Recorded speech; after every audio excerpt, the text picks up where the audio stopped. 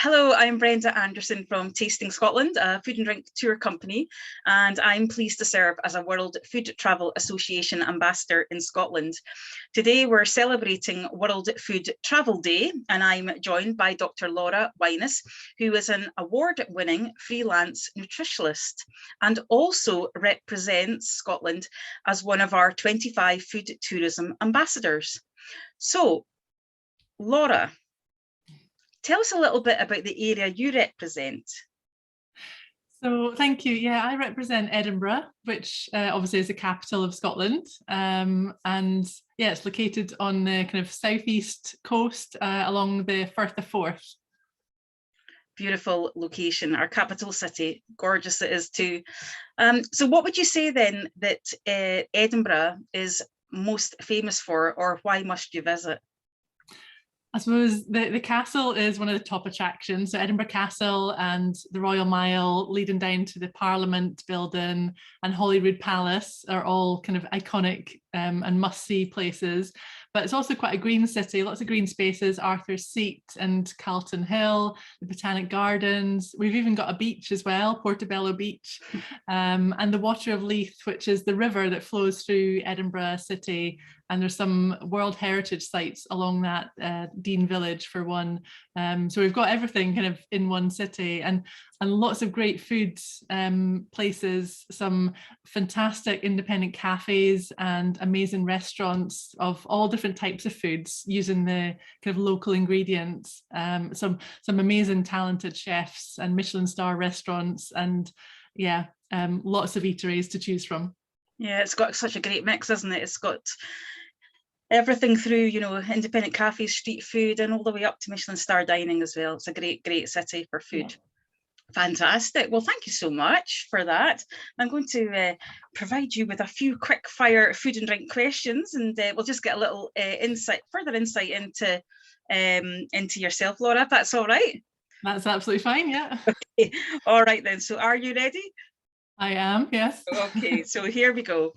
Food, sweet or savoury? I would say savoury because there's so many different flavour options, I think, yeah. Savoury it is. What always makes your mouth water? Any kind of berries, so blueberries, raspberries, strawberries, anything like that, yeah. Oh, well, we'll live in the right country for that, for sure. Yeah. Which 3 products from your region would you say are must-tries? From Edinburgh, I would say there's some amazing cheesemongers in Edinburgh, and I love cheese anyway, so go to kind of Mellis cheesemongers and try some of the different cheeses from around Scotland. Also, I'd say being in a coastal area, we've got some amazing fisheries or fishmongers. So down at Newhaven, you've got Welsh's fishmongers, or Stockbridge has Armstrong's, which are amazing fresh fish from there. And also for a sweet tooth, I would say Luca's ice cream is just amazing. They've got lots of different flavors, but even the vanilla one is, yeah, really tasty. So Luca's ice cream I definitely recommend. Wonderful. I mean, people don't often think about Scotland necessarily as ice cream destination, but we have some incredible ice cream makers in this country. All that beautiful dairy products from all the rain and the lush grass, it all helps, doesn't it? So here's one. Who is your food or drink hero? Oh, I'd have to say my mum. She's a home economics teacher, so that's kind of how I got into food and nutrition initially. So yeah, my mum. Oh, brilliant. Well, I had always wanted to be a home economics teacher, but I had one small problem. I could not thread a needle, and at that point you had to be able to sew and cook, so it wasn't to be. But it's lovely that your mum's your inspiration.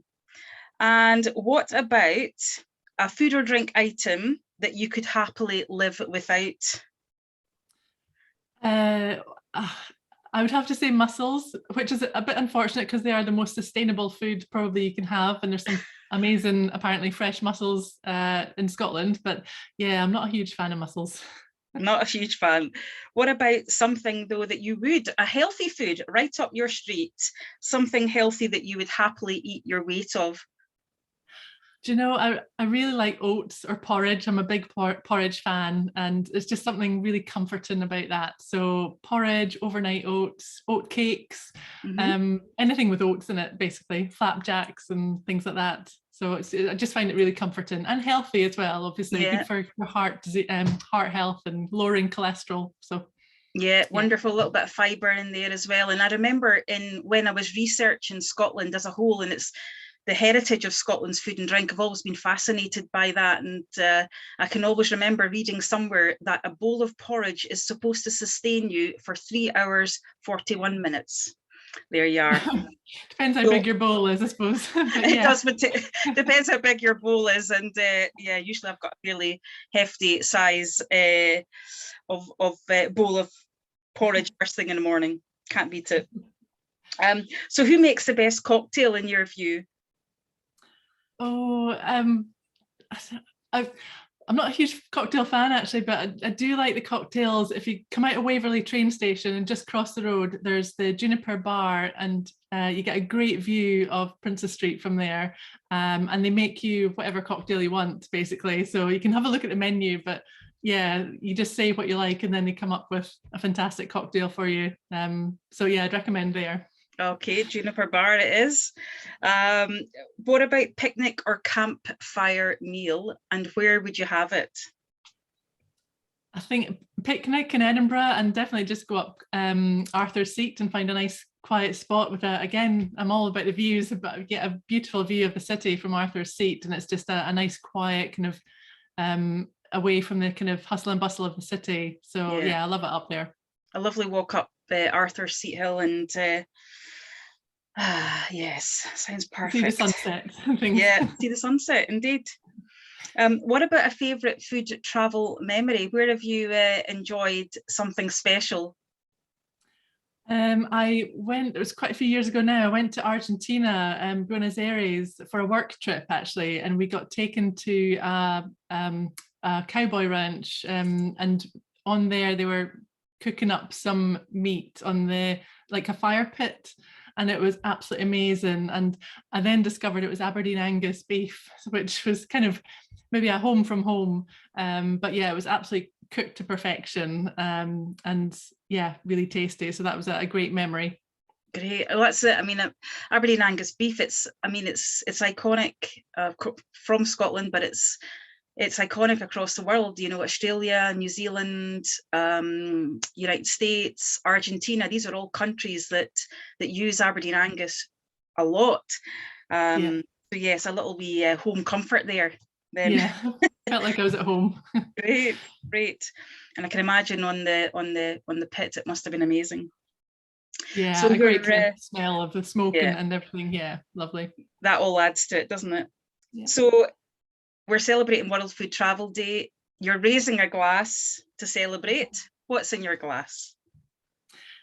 Do you know, I'm quite not a spirit or wine drinker so much, but a lager. So a nice crisp chilled lager, and there's some great local beers and lagers in Edinburgh actually. The Belfield Brewery do an amazing gluten-free lager and beers, or the Jump Ship Brewery, which is quite a new one, but they do an alcohol-free lager, which is award-winning, I think.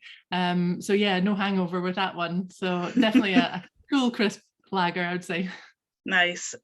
And up Arthur's Seat even? Would that be allowed? Possibly, yeah, or Carlton Hill, which is a shorter walk, less challenging and equally as nice. Yeah, so yeah, that would be good. Sounds perfect. Well, thank you so much, Laura. I'm Brenda Anderson, and I've had the pleasure of speaking with Dr. Laura Wyness. This is World Food Travel Day. We are here in Scotland, and we wish you a very good day. Thank you so much. Thanks, Laura. Thanks. Thank you. Thanks.